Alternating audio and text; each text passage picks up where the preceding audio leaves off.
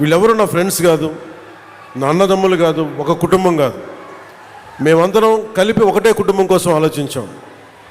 తెలుగు జాతి కోసం, ఆంధ్రప్రదేశ్ కోసం, మీకోసం మేమందరూ ఏకమయ్యాం. దేనికి నష్టాలైపోతుంది, విభజన జరిగింది, విభజన తర్వాత నష్టపోతూ ఉన్నాం, 10 సంవత్సరాలు నలిగిపోయాం, ఇంకోసారి నలిగిపోకూడదన్న ఉద్దేశంతో మొదటి రోజు నుంచి కూటమి ప్రభుత్వం కోసం తపన పడ్డాం. ఈ రోజున మనం అమరజీవి జలద్వార ద్వారా చేపట్టిన వాటర్ గ్రిడ్ ప్రాజెక్ట్స్ నిర్మాణం కోసం రాష్ట్ర వ్యాప్తంగా 5 జిల్లాల పరిధిలో 7,910 కోట్ల రూపాయలని ఖర్చు పెడతా ఉన్నాం. ఈ ప్రాజెక్టుల ద్వారా వచ్చే 35 ఏళ్లలో 1.2 కోట్ల మందికి దాహం తీర్చాలని సంకల్పించాం. ముఖ్యంగా ఉమ్మడి తూర్పు పశ్చిమ గోదావరి జిల్లాల్లో తీర ప్రాంతం వెంబడి నివసించే మత్స్యకార సోదరులకి మేలు చేయాలన్న ఉద్దేశంతో ఎక్కువ తీర ప్రాంతాలను కలిపేలా ఈ ప్రాజెక్ట్ రూపకల్పన జరిగింది. ప్రజలందరికీ కూడా స్వచ్ఛమైన శుద్ధమైన తాగునీరు అందించేందుకు కూటమి ప్రభుత్వం కట్టుబడి ఉంది. 2027 నాటికి పనులు చేయాలన్న లక్ష్యంతో ముందుకెళ్తున్నాం. మీకోసమే. మీరు అరిచి గొంతులు ఎండుకుపోతే మీ గొంతు తడపడానికే ప్రాజెక్ట్ ఇది ప్రత్యేకించి అమరజీవి జలధార అని పెట్టడానికి చాలా కారణం. నాకు చాలా ఇష్టమైన వ్యక్తులు మన తెలుగు నాయకులు. ఒకళ్ళు బూర్గుల రామకృష్ణారావు గారు. తెలంగాణ ముఖ్యమంత్రిగా పనిచేసి తెలుగు వారందరూ ఏకం కావాలి అని చెప్పి ముఖ్యమంత్రిగా ఉండి తను స్వచ్ఛందంగా పదవి దిగిపోయి, తెలంగాణ ముఖ్యమంత్రిగా పదవి దిగిపోయి ఆంధ్రప్రదేశ్ ఉమ్మడిగా ఏర్పడటానికి విలీనం చేశారు, త్యాగం చేశారు. ఆయన ఒకళ్ళని ఎప్పుడు స్మరించుకుంటూ ఉంటారు, ఆయన గుండెల్లో ఉంటారు. ఇంకొకరు తెలుగువాడి ఉనికి లేని రోజున, మద్రాస్ ప్రెసిడెన్సీలో ఉన్న రోజుల్లో తెలుగువారిని గొల్టీలుగా సంబోధించే సమయంలో న్యూనతకి ఒకలాంటి కించపరిచే విధానంలో ఉంటే తెలుగువారి ఆత్మగౌరవం కోసం, తెలుగువారి సంక్షేమం కోసం, అంటే ఎవరి ప్రాణత్యాగాల మీద ఈ నేల ఏర్పడిందో, ఎవరి దేహత్యాగంతో ఈ రాష్ట్రం ఏర్పడిందో వారిని స్మరించుకోవటం మన కర్తవ్యం. ఎప్పుడు కూడా మనం ఈజీగా తీసుకుంటాం బలిదానాలు, మర్చిపోతే ఒక జనరేషన్ ఆయన మన కోసం ప్రాణత్యాగం చేశారంటే 50 రోజులు తిండి తినలేదు అనుకుంటాం. కానీ మనం ఎదిగే కొద్దీ, మనకి కష్టాలు వచ్చే కొద్దీ గత తరం చేసిన త్యాగాలు మనకు అర్థమవుతూ ఉంటాయి. అలాగే నాకు పొట్టి శ్రీరాములు గారు చిన్నప్పటి కంటే కూడా ప్రతి సంవత్సరం వయసు వచ్చే కొద్దీ ఆయన గొప్పతనం అర్థమైంది, ఆయన త్యాగం అర్థమైంది. ఒకసారి నాకు ఎంత బాధ కలిగింది అంటే, పొట్టి శ్రీరాములు గారి జయంతి అంటే దండ వేద్దామంటే ఎక్కడ లేదు ఆయన విగ్రహం. ఎక్కడో ఒక ఆర్య వైశ్య సత్రం దగ్గర ఉంది, అక్కడికి వెళ్దామన్నారు. అక్కడ పెట్టడం ఏంటని అడిగారు. అంటే అది ఆయన వైశ్య కులానికి చెందినవారు, అందుకని ఆర్య వైశ్య గృహాల్లో ఉంటాయి ఎక్కువ, అక్కడికి వెళ్దాం పదండి అంటే నాకు ఆ రోజు అనిపించింది, ఎవరి ఉనికి మీద ఒక గొప్ప నాయకుడిని ఒక వైశ్య కులానికి పరిమితం చేస్తారా? ఇన్ని 100 కులాలు ఉన్నాయి మన దగ్గర. ఇన్ని 100 కులాల కోసం ఒకడు ప్రాణత్యాగం చేస్తే మనం ఇచ్చిన గౌరవం ఆయనకు ఒక నెల్లూరు జిల్లాకి పరిమితం చేసాం. ఆయన గొప్పతనం నెల్లూరు పొట్టి శ్రీరాములు జిల్లా. రాష్ట్రాన్ని ఇచ్చిన వాడిని పెంచామా తగ్గించాం? ఆంధ్రులకి ఒక రాష్ట్రం కల్పించిన వాడికి మనం ఇచ్చిన గౌరవం నెల్లూరుకి పరిమితం చేసాం అంతే. గౌరవం ఇచ్చావా అంటే ఇచ్చాం. సైనిక్స్ కూర్చోండి. పోలీసు వారికి కూడా నా విన్నపం, వారిని ముందుకు రానివ్వకుండా చూడండి, కానీ దయచేసి వాళ్ళని ఏమనకండి. మీరే ఇలా అరిచే మీరు గొంతులు పోగొట్టుకుంటారు తప్ప అక్కడున్న యువతంతా దయచేసి బ్యారికేడ్స్ నుంచి ముందుకు రాకండి. ఇలాంటి పరిస్థితుల వల్లే ప్రధానమంత్రి గారు కూడా రావడానికి ఆలోచిస్తున్నారు నేనున్న సభలకి. ఇది చప్పట్లు కొట్టేది కాదు, ఇది చప్పట్లు కొట్టేది కాదు. ఎందుకంటే ప్రధానమంత్రి గారికి ప్రపంచమంతా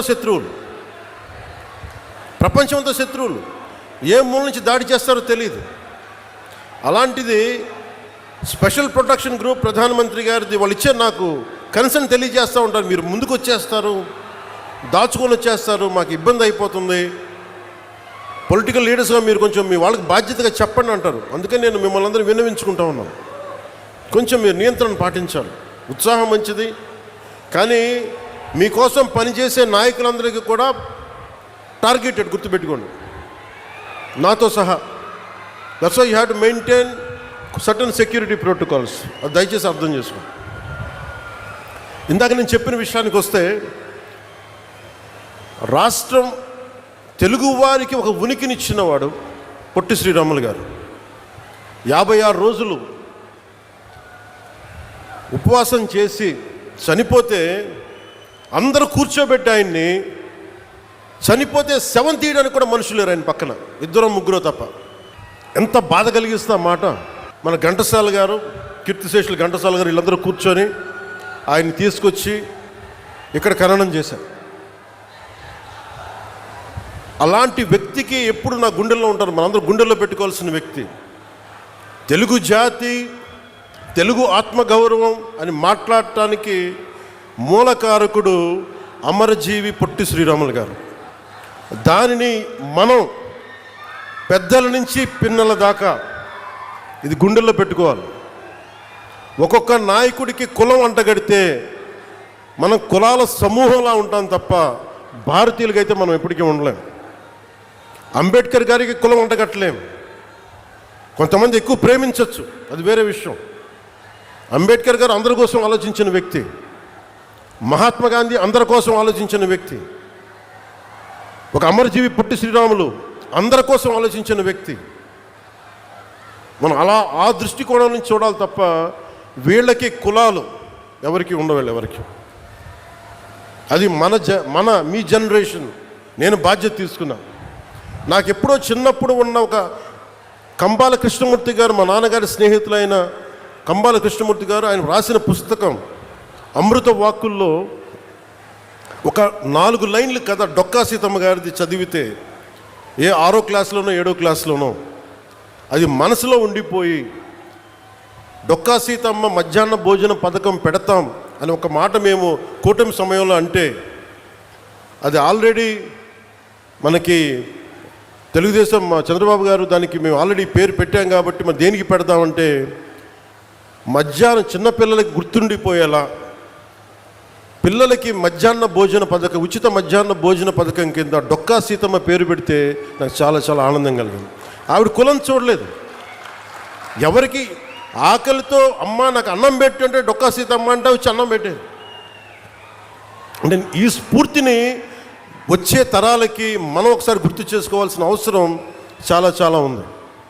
అందుకని ఆయన గౌరవార్థం అమరజీవి ఈ జలధార కార్యక్రమానికి ఎవరి పేరు పెట్టాలి, ఏం పేరు పెట్టాలి చాలాసార్లు ఆలోచించిన తర్వాత ఆ మహానుభావుడికి మించిన పేరు ఏది రాలేదు.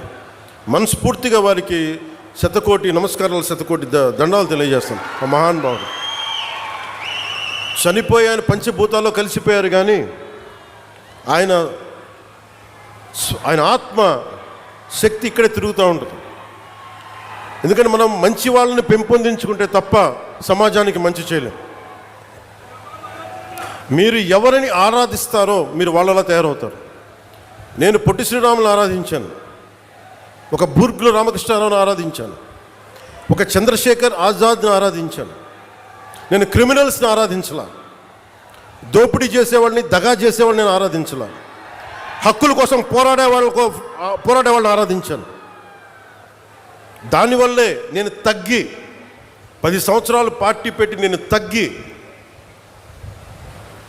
సీట్ల విషయంలో తగ్గి, అందరి చేత తిట్లు తింటా, ఒకడు అమ్మేశానని ఒకడు, ఇంకా దిగజారిపోయాను ఇంకొకడు, ఎన్ని ఎవరు మాట్లాడినా నేను తగ్గింది మీకు నేను ఈ నీటి సాక్షిగా చెప్తున్నాను, నేను తాగే నీళ్ళు సాక్షిగా చెప్తున్నాను, అమరజీవి జలధార సాక్షిగా చెప్తున్నాను. రాష్ట్రానికి మంచి జరగాలి, మీకు మంచి జరగాలని నాకు స్వార్థమే లేదు. నాకు జీవితకాలం వాటర్ బాటిల్స్ కొనుక్కొని పెట్టుకోవచ్చు. నేను ఎప్పుడు జీవితంలో కలగనలా వాటర్ బాటిల్ కొనుక్కొని నీళ్లు తాగాల్సి వస్తుంది పెరిగేటప్పుడు. దట్టు ముఖ్యంగా మరి గోదావరి జిల్లాలో గోదావరి తీర ప్రాంతం పారే కాలం ఇది, నేల ఇది. ఇక్కడ కూడా నీళ్ళ కరువు వస్తుంటే నేను ఎప్పుడు కల్లో కూడా ఎవరు ఊహించుండం. ఒకసారి మీ ఇంట్లో మీ పెద్దల్ని, మీ తాతల్ని, మీ అమ్మల్ని అడగండి, మీ నాన్నగారిని అడగండి, వాళ్ళు చెప్తారు ఎప్పుడు ఊహించుండం. 2018లో నేను భీమవరం వెళ్ళి 2000 వరుసగా తిరుగుతున్నప్పుడు భీమవరంకి వెళ్తే మన నాయకర్ గారే ఉన్నారు. వెళ్ళి ఆయన ఎక్కడో కూర్చోబెడితే నీళ్ళు ఇస్తే పసుపు పచ్చకున్నాయి బాత్రూంలో, అవి వడకట్టుకొని తాగాలంట. నా తల తిరిగిపోయింది. నాకు ఏమైపోయినాయి అంటే భూగర్భ జలాలు కలుషితం అయిపోయినాయి.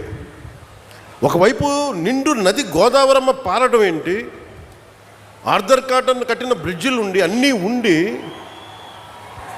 ఈ ఆక్వా పొల్యూషన్కి మొత్తం భూగర్భ జలాలు కలుషితం అయిపోయినాయి అంటే నవ్వాలా ఏడవాలా నాకు అర్థం కాల. అదే మీరు చూడండి, ఈ రోజున దాదాపు 7,900 తోటి మనం ప్రారంభిస్తున్నది. నిజంగా మనకి నీళ్లు కలుషితం కాకుండా ఉండుంటే ఎన్నిటికి ఉపయోగించేవాళ్ళో మీకు తెలియదు. మీ పిల్లల భవిష్యత్తుకి, మీ కాలేజీలకి, మీకు ఏదైనా స్కిల్ డెవలప్మెంట్. కానీ నీళ్లు కలుషితం అయిపోయి in the name of development, in the name of commerce ఉన్న ప్రకృతి వనరులను చంపేసుకొని మనం ఈ రోజున వీటి ఖర్చు పెడుతుంటే చాలా బరువు హృదయంతో చెప్తున్నాను, చాలా బాధేస్తుంది.